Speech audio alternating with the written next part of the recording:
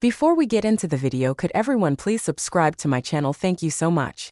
During the earthquake, my fiancé risked his life to save me, and because of that, his childhood sweetheart, Grace Song, lost the ability to use her right hand.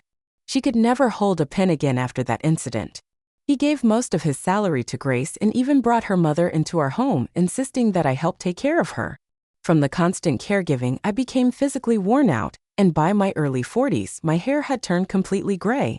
One day, I accidentally walked in on Grace nestled in my husband, Jason Liu's, arms as they confessed their love to each other. Furious, I lashed out and struck Grace, but her biological son, my own son, Peter, shoved me down the stairs. In a fit of rage, I cracked my skull and blood spilled everywhere. I died instantly. The next time I opened my eyes, it was back to the day of the earthquake.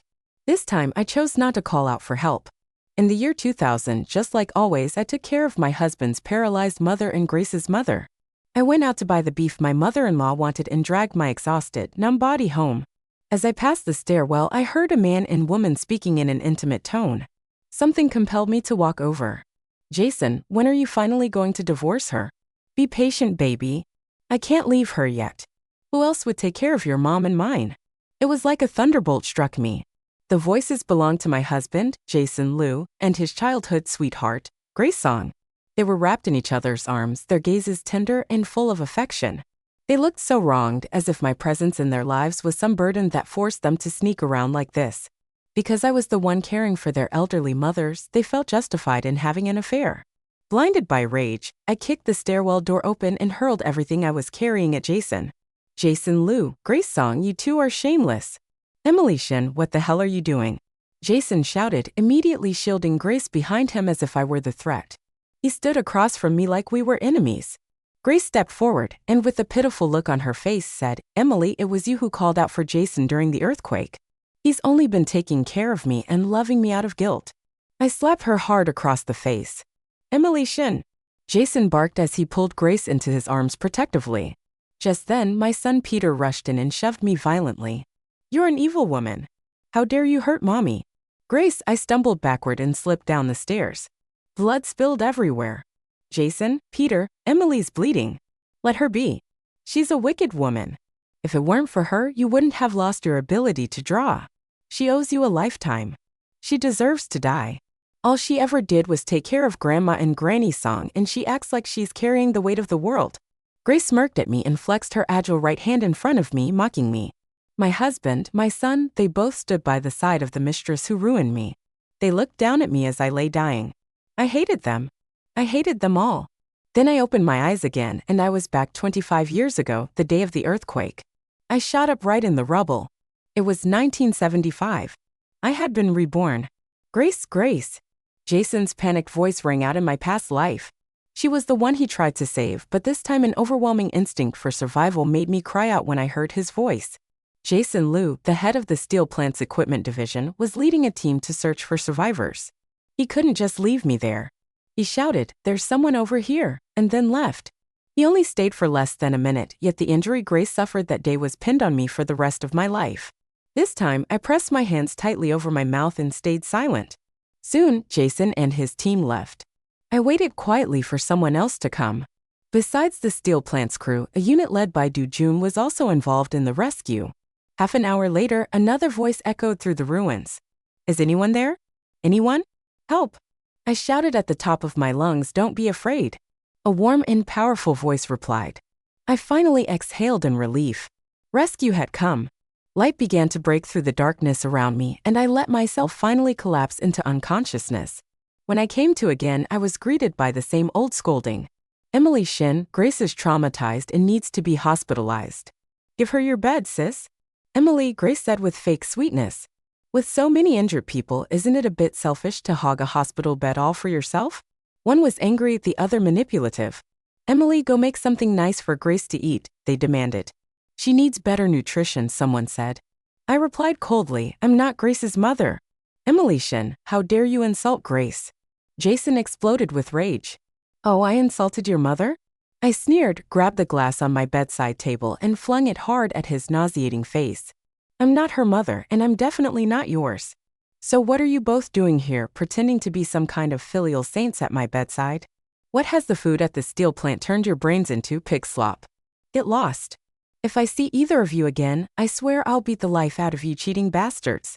After yelling at them, I felt as if 2 lifetimes worth of pent-up rage had finally begun to dissolve. I collapsed back into bed, dizzy and breathless. 3 days later, I was transferred back to the temporary shelter. When Jason saw me, his face was cold as ever. Come with me. Grace's mother needs help. Grace is dead. What does her mother have to do with me? I crossed my arms, glaring at him with indifference. Emily, Jason snapped. Her father once saved your life, and you're my fiancé. Taking care of Grace and her mother is your responsibility. He looked at me with that familiar, arrogant expression. I'm calling off the engagement, I said. What did you say? Jason stared at me, completely stunned. He was the head of security at the steel plant. I was just a country girl living in his family's house. Our engagement had been arranged. By our grandfathers, his mother had always been against it, but Jason's father, before his death, had made them promise to honor the agreement. That was the only reason I was ever brought into their home. In that household, I did all the chores, endured his mother's constant verbal abuse, and still I fell in love with Jason at first sight. For him, I bore every injustice, thinking that if I worked hard enough, his mother would eventually accept me. But even up to the moment I died, in her eyes I was still just a burden from the countryside. Say that again, Emily Shin, Jason demanded. I said, I'm calling off the engagement. I looked him square in the eye and spoke each word with clarity and resolve. Jason let out a hollow laugh. So now you want to challenge me? Fine. If you've got the guts, leave now without another word. I calmly packed my things, grabbed my bag, and turned to walk away. If you walk out of that gate, our engagement is officially over, he barked. Don't ever think you can come back and be a city woman again. You're the one ending it. Don't you dare shift the blame onto me. I stopped in my tracks. Seeing me pause, Jason smirked. Changed your mind? If you know what's good for you, behave. Give me the engagement certificate, I said, extending my hand. What did you say? His eyes narrowed. I said, give me the engagement certificate. Or what? Can't bear to lose your free housemate, Chief Lou. I mocked him coldly. His face turned red with fury. You really think you're something special? Just wait, I said. Jason stormed off and came back with the engagement contract. I took it from him and right in front of his face, tore it into pieces. Goodbye, Chief Lou, don't ever let me see your face again. Jason stood frozen, staring at the tightly shut door.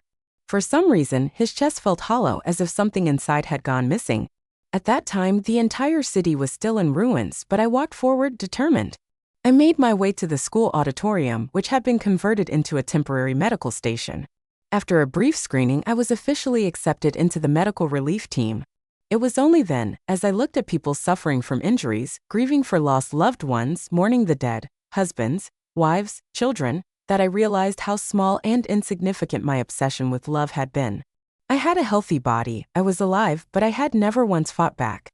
I let myself be chained down by so-called gratitude, by emotional guilt. To say that I never noticed the affair between Jason Lou and Graysong in my previous life would be a lie. No woman is that blind, especially not when they were so far from discreet. But I had lost myself in my endless sacrifices. I gave and gave until I forgot who I was. Why should I have been the one to walk away from that family? Why did I have to leave? How was I supposed to live after that? A paralyzed old woman, a mother-in-law who never stopped criticizing, and there I was, bound by their manipulative praise and blame, shackled in every direction by invisible chains. They used to say I was really lucky. Even without a degree, I still managed to become a city woman. They said I was fortunate, never worked a single day, yet someone always supported me. But it wasn't that they didn't see what I had done, they just thought it was natural. They simply looked down on me. Emily, go take care of the wounds on bed 5. A doctor's voice pulled me back to reality. Got it, I responded quickly, gathering the necessary supplies onto a tray and heading toward bed 5. Hello there, I'm here to treat your wounds, I said as I set the tray down and put on gloves. It's you. I almost didn't recognize you with the mask on, the patient in bed 5 said with a smile. I looked at him and found his eyes oddly familiar. I'm Kevin Jiang, he said with a soft chuckle. I'm the one who pulled you out from the rubble. In that instant, it all clicked. No wonder I recognized his eyes at the time, they were the only thing I saw before passing out. So it was you who saved me. Thank you so much, I said quickly. It wasn't just me. A group of us from the unit dug through the rubble together. I just happened to be the one closest, so I carried you out, he explained modestly. Well, thank you anyway, I smiled. Let me treat your injury first. Thanks, Kevin said, extending his injured arm. His arm was in a terrible state. Chunks of skin had fused with the fabric of his uniform. Cleaning it would take time and care. It's nothing, he said, shrugging. Just a small accident. The higher-ups insisted I get it looked at, he smiled sheepishly. I pressed on a spot gently. Ow, he yelled, jerking in pain. Okay, my bad. Kevin quickly gave in. He knew well enough to behave when a medic was working. I've made a herbal painkiller myself. It's not from the hospital, but it's safe. My father found the formula in an old medical text, and we tested it thoroughly. Want to try it? I asked. His eyes lit up. Absolutely. I lowered my voice. It's a family recipe. I get it. My lips are sealed, he replied with a grin. As we exchanged glances, I realized this young soldier was actually quite endearing, kind, respectful, with a cheerful personality. I reached into my pocket to grab the medicine, but before I could take it out, a sudden force yanked me back several steps. The tray clattered to the floor with a loud crash. Emily Shin. So this is why you're not at home taking care of the elders? Because you're out here seducing men. It was Jason Liu, seething with anger, looking at me like he just caught me cheating. I burst into laughter from sheer rage, turned around, and slapped him square across the face without hesitation. The sharp sound of the slap made Kevin, who was about to stand up, freeze in shock and sit back down. Jason Liu, your mind is truly filthy. I spat. I'm just helping a comrade who saved my life. What are you going on about? I looked at him, my voice calm but cold as ice. Jason froze in place. That line, it was one he'd once thrown at me. Back then, no matter what Grace needed, he would drop everything to help her. I dared to complain. He turned to me and said coldly, Emily Shin, your mind is really filthy. I'm just helping the daughter of the man who saved my life. What are you making a fuss for? What a perfect phrase. And now the great Jason Liu had nothing to say. But I wasn't going to let him off the hook just yet. In my past life, Jason was hailed as a hero for rescuing Grace from the rubble. The steel plant named him Outstanding Worker. That event earned him favor with visiting officials, launching his career into the fast lane. Even his mother and Grace became more arrogant than ever. But this life, Jason Liu, you're not going anywhere. I was rescued from the area you were in charge of, I said coldly. Jason Liu, you were shouting Grace's name the entire time. Anyone who didn't know better would have thought you were leading a team solely to save her. I was calling for help and you ignored me. Who knows how many comrades suffered serious injuries or died because of your selfishness? I joined the rescue efforts of my own will. I respect and care deeply for every soldier and fellow citizen suffering through this. But you, the only person you ever see is your precious childhood sweetheart. You tell me to go back and take care of the elderly, but that old woman is Grace Song's biological mother. I've already given you two shameless lovers everything you could have asked for. If you want to play the doting husband, then go ahead. Just don't drag your former fiancé into your dirty mess. Now get out of here. You're in the way of treating the wounded. If this soldier suffers so much as a scratch because of you, it'll be on your head. I stared at him, ice in my voice. Jason instinctively swallowed hard. His mind buzzed, and his face turned crimson. Emily, what nonsense are you spouting? He finally said. Comrade Jen. I turned to Kevin. If you've had enough of this circus, have your teammates throw this trash out. Kevin let out a light cough. He'd been watching the drama a little too intently. Li Gang, Wang Chuang, what are you two waiting for?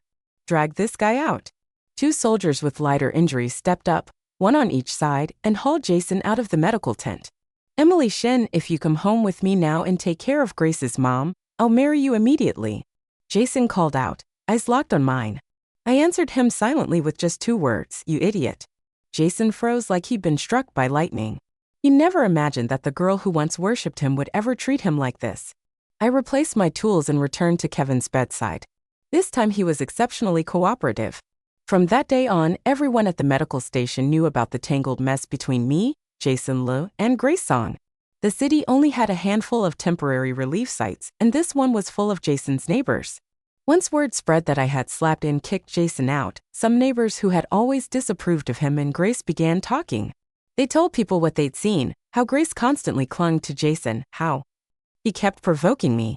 Jason treated me coldly, only protecting Grace while forcing me to cook, clean, and serve their entire family. Many began to feel indignant on my behalf. In just a few days, Grace Song had become synonymous with shameless woman, and Jason Liu had officially earned the title of scumbag. One of the patients I treated turned out to be the elderly mother of the steel plant's director. 3 days later, Kevin was discharged. I walked him out personally. I knew part of why the story had spread so quickly was because of him. His injuries were mostly in the arm, his legs were fine, so he'd gone around visiting his buddies, retelling the story of how I chewed Jason out again and again. "Thank you, Dr. Shin," Kevin said. "No, it's me who should thank you," I replied. We smiled at each other, no more words were needed. "Goodbye. Take care." Kevin walked a few steps, then suddenly turned back. "Dr. Shin, what are your plans for the future once the relief center shuts down?" "I plan to return to my hometown and take care of my grandmother," I said. "I'm going to take the college entrance exam. Not being able to take the exam in my past life was one of my greatest regrets. Back then, Jason was gunning for a promotion, entertaining officials, and pandering to Grace. Everything housework, elder care, earning money fell on me. I wasn't just doing chores and caring for 2 mothers. I was working odd jobs and washing clothes for others day and night. I was so foolish. "This is my contact address," I said, handing him a small slip of paper. "Once you're settled, write to me. The military hospitals sometimes recruit staff. If there's news, I'll let you know." I accepted it with a grateful nod. "This time I really am leaving," Kevin said, waving goodbye with a smile. I watched him walk away, ready to head back when suddenly Jason's mother and Jason himself came charging toward me. Behind them were some of their relatives, our village chief, and even a few elders from the Coent neighborhood housing unit. Just as I was about to speak, I saw Grace Song walking over, supporting my grandmother slowly on her arm. Alarmed, I rushed to her side. "Grandma, why are you here?" "Emily," she coughed a few times. "Emily, dear, Emily," Grace chimed in sweetly. "Grandma Shin's health has been getting worse. Her only wish before she passes is to see you get married." Grace looked at me, her smile smug and triumphant. Jason reached out and grabbed my hand.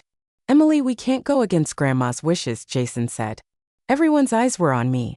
I could hear Grandma coughing behind me, each breath labored, raspy, like the final buzz of an aging cicada. "Emily, you and Jason should go get the marriage certificate now," someone said. "Let your grandma rest easy."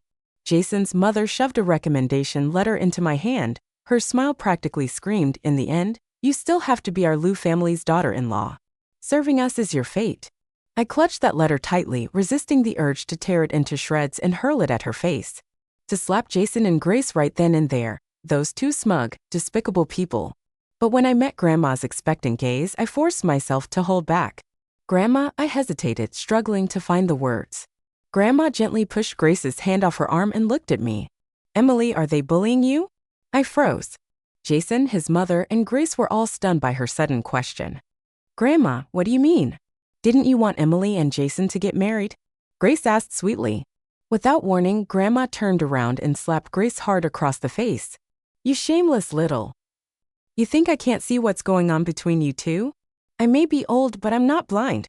You crazy old hag. How dare you hit someone?" Jason finally lost it and shouted at my grandmother.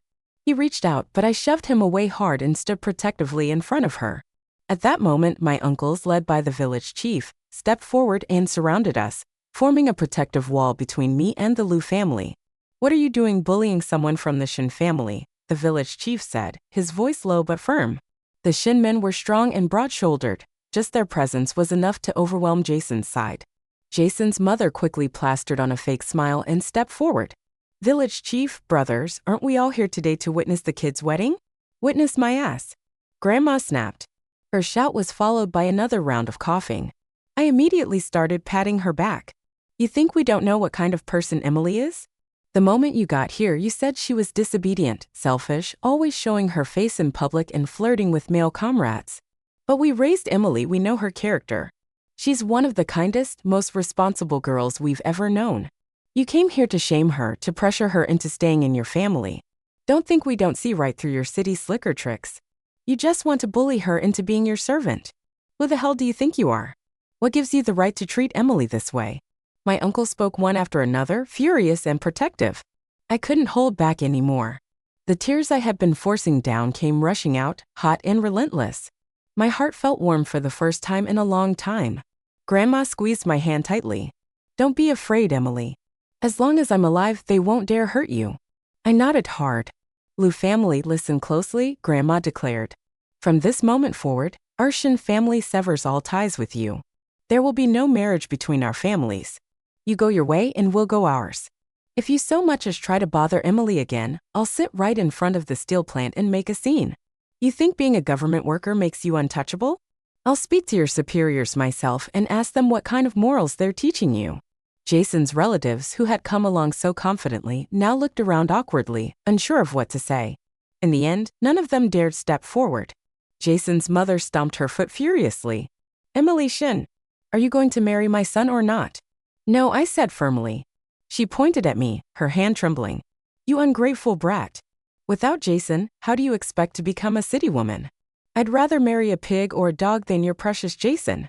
I said coldly, let's see how well your Lu family and that Song family survive without me around to prop you up. Jason's mother looked like she was going to explode. Jason stared at me like he'd just been punched in the chest. Finally, he grabbed Grace's hand. Come on, Grace, let's go home. Fine, go home. I'll be waiting for the day he regrets everything and comes crawling back. After the Lu family and their people left, thoroughly humiliated, I supported Grandma as we made our way back to my dormitory. The village chief and a few elders from the village were waiting at the door, giving us space so Grandma and I could talk alone. Emily, I'm fine, Grandma said gently. The weather's been changing these past few days and the air hasn't been great. That's why I've been coughing, but don't worry, I'll be fine after resting a bit at home. Grandma, are you really working as a doctor at the medical station now? She asked, changing the subject. I nodded. It's volunteer work, really, but for now I'm still able to help others and I want to stay. Once the medical center disbands, I'll come back home to be with you. Grandma patted my hand firmly. Good girl, stay and do your work. You make me so proud. Back home, your uncles, the village chief, and all the aunties will take care of me. You don't need to worry. Thank you, Grandma. My heart was full of warmth. We chatted for a while longer, talking about family matters. Finally, Grandma stood up and left with the elders. Before leaving, they even left behind bags of food for me. After sending them off, I went right back to work. I gave it my all, being gentle, patient, and respectful with everyone who needed help. My skills were efficient and precise, so it didn't take long before everyone at the medical station knew me. People started calling me Dr. Shin with warmth and familiarity, and for the first time in my life, I felt truly fulfilled. This feeling of being needed was incredible. The way people sincerely thanked me was something I had never experienced before, not like in my past life when Jason's mother and Grace's mother never had a kind word for me. Despite all the care I gave them, every word they said to me was cold and cruel. I looked up at the sun in the sky. The sunlight felt warm and real. A month later, the medical station closed, and it was time for me to return home. Before I left, the head of the clinic wrote me a letter of commendation and issued an official certificate for my time serving at the temporary medical center. Emily, don't give up on your studies, he told me. You must become a real doctor. I nodded with determination. I will keep studying. After saying goodbye to the director, I returned to the village. Grandma was overjoyed to see me home. She rushed to air out the bedding and cook delicious meals for me and even started cleaning the house. That little old lady walked circles around the courtyard until the village aunties had to come over and help her back inside. We've got plenty of people here, one of them said. You don't need to lift a finger. Being home filled my heart with so much peace. The village chief talked with me and officially made me the village's second barefoot doctor. Thanks to my experience at the medical station, I was especially skilled at handling external injuries. I kept reading and learning. Grandma even secretly pulled out the medical books my father had hidden away and let me study them at night. I learned many new herbal formulas and started helping Grandma with her own health. When I had free time, I go into the mountains to pick herbs. I gave them away to villagers for free. They were my family after all. Under my care, Grandma's condition improved significantly. She no longer coughed as often, and that gave me a deep sense of accomplishment. In the blink of an eye, I had been home for 5 months. In the first month after returning, I wrote a letter to Kevin Jen. He replied right away. For the past 5 months, we had been corresponding regularly. He told me stories about life and training in the military, and I shared news and anecdotes from our village. A week ago, he wrote that he had some incredible news to share. In my reply, I playfully speculated about what it could be, but just after mailing the letter, Kevin appeared in our village in person. Kevin Jen, what are you doing here? I was stunned to see him standing in front of me. I came to deliver the good news in person, he said with a bright grin. What kind of news couldn't be written in a letter that you had to come all the way here? I asked, confused. Kevin looked a little disappointed, but he quickly smiled again. I happened to be in the area on business, so I thought I'd drop by to see you. Then he added, our military hospital in the district is recruiting. Would you like to join? My mind lit up instantly, and I was just about to nod when Kevin continued, anyway, I already signed you up. If you're interested, you can come with me in a couple of days and take the entrance exam directly. If you don't want to go, that's fine too, Kevin said casually. Just skip the exam. I want to go, I replied instantly. Kevin beamed. That's great. Pack your things. I'll come pick you up in a couple of days and we'll go together. It's not safe for a woman to travel alone, but with me around, it'll be much safer and your family will feel better too. He gave his chest a proud pat.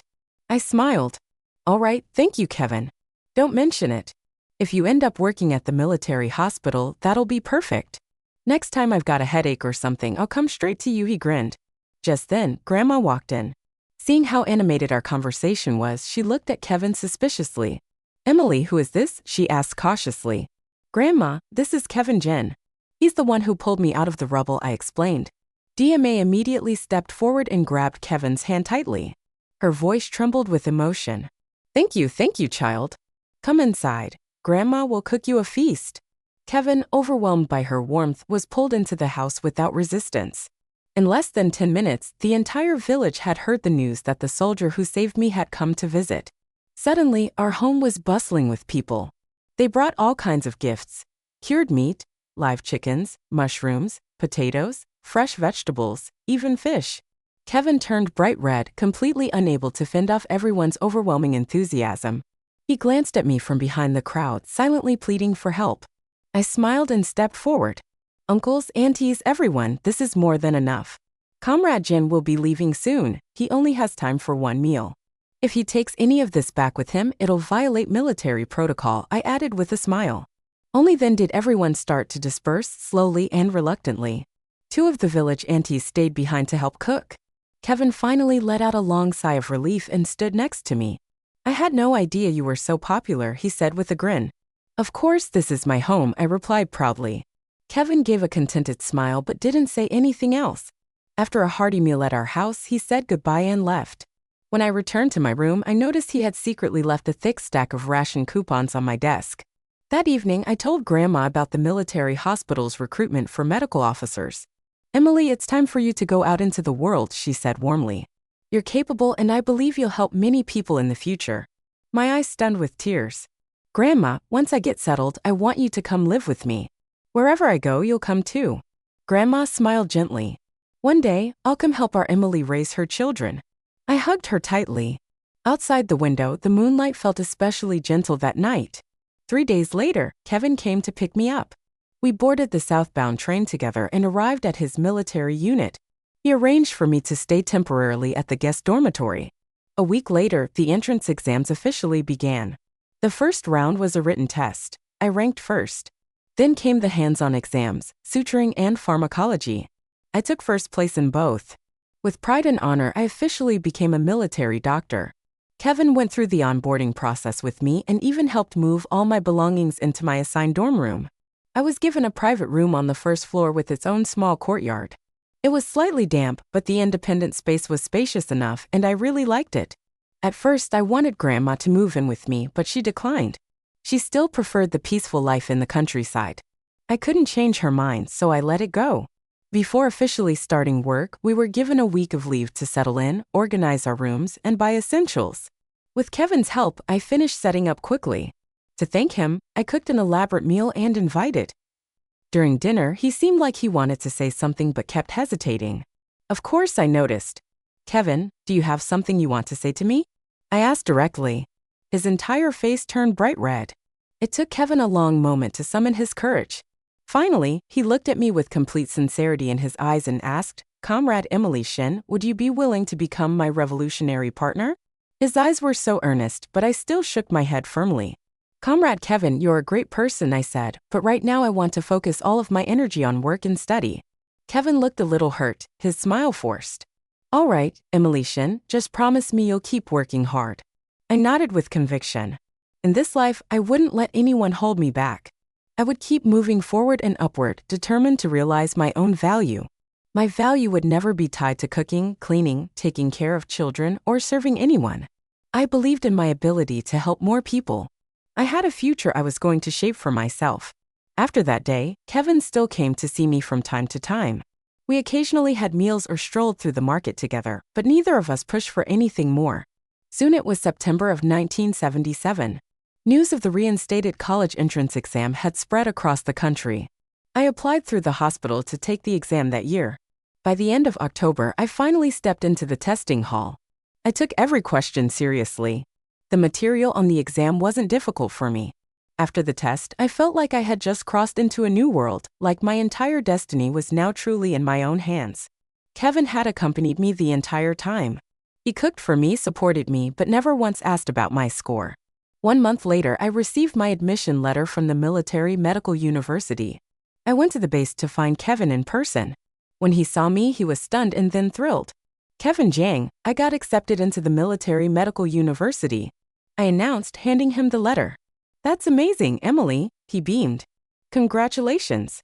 You'll be going to Beijing. That's so far away. Let me take some time off and escort you. Realizing he might have spoken too boldly, he hesitated and looked a little embarrassed. All right, I said, come with me. I'll apply for leave now. Thank you, Kevin Jiang, I added. He scratched his head shyly. Don't mention it. Just promise to keep writing to me, okay? We traveled to Beijing together a week before classes started. I finally stepped onto the campus of my dream school. 4 grueling years flew by. I became known as the most hardworking student in school, someone who practically lived in the lab and library. I did have a few admirers during college, but I turned all of them down. By the time I graduated, Kevin had already been promoted to battalion commander. He was the one who came to pick me up on graduation day. We laughed and chatted as we walked, our conversation light and relaxed. But just then a disheveled, ragged man stumbled out from the crowd blocked my path. The man before me was old, worn, and haggard. I stared for a few seconds before I realized it was Jason Liu. Emily, Emily, he cried. I knew you wouldn't forget me. Do you remember Peter? I froze for a moment.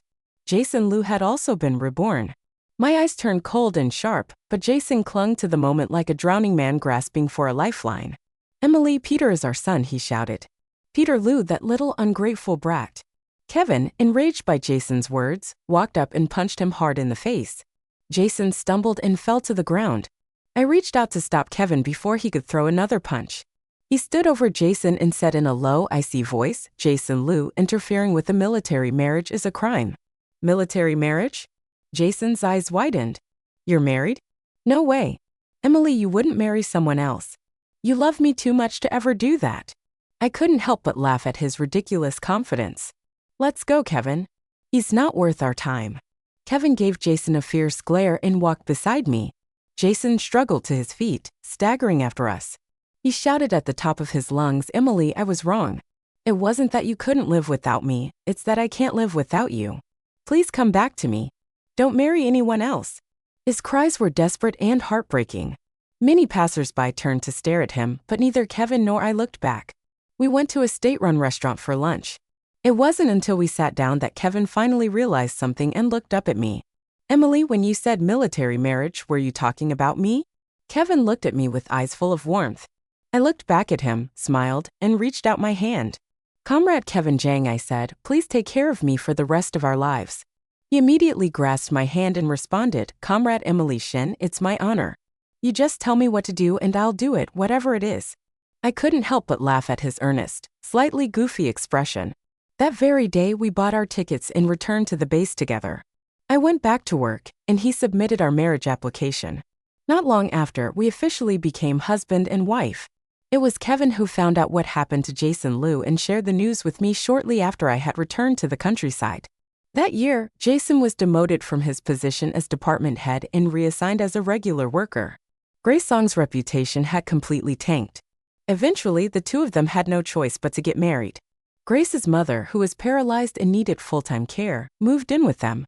Grace only lasted a few days before she started getting impatient.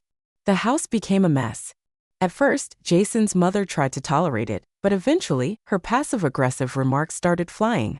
Then the fighting started, loud, ugly arguments almost every day. Jason's work life didn't go any better at the steel plant. His colleagues mocked and shunned him. At home, he was stuck in the middle of constant clashes between his mother and his mother-in-law. And his wife, the tension gave him splitting headaches. One night, after yet another poor night of sleep, Jason made a critical mistake during a shift, causing a major loss for the plant. He was fired on the spot. What Kevin didn't know was that Jason had regained his memories from his past life. Back then, it was me who held down the fort so he could shine. He was proud and unstoppable, but Grace, having been spoiled from childhood, had no skills, let alone the ability to be a capable partner. Jason even had to wash his own clothes, so he became desperate to find me. After learning I was studying at the military medical university, he showed up trying to win me back. But in this life, I had no intention of getting involved in their twisted drama. I sincerely wished them nothing but a lifetime of rot together. What are you thinking about? Kevin asked as he pulled me into his arms. I looked up at him and said, I'm thinking about how many kids we should have. Kevin let out a hearty laugh, and in that moment, wrapped in his embrace, I felt it. We had found our happiness, and it was beautiful.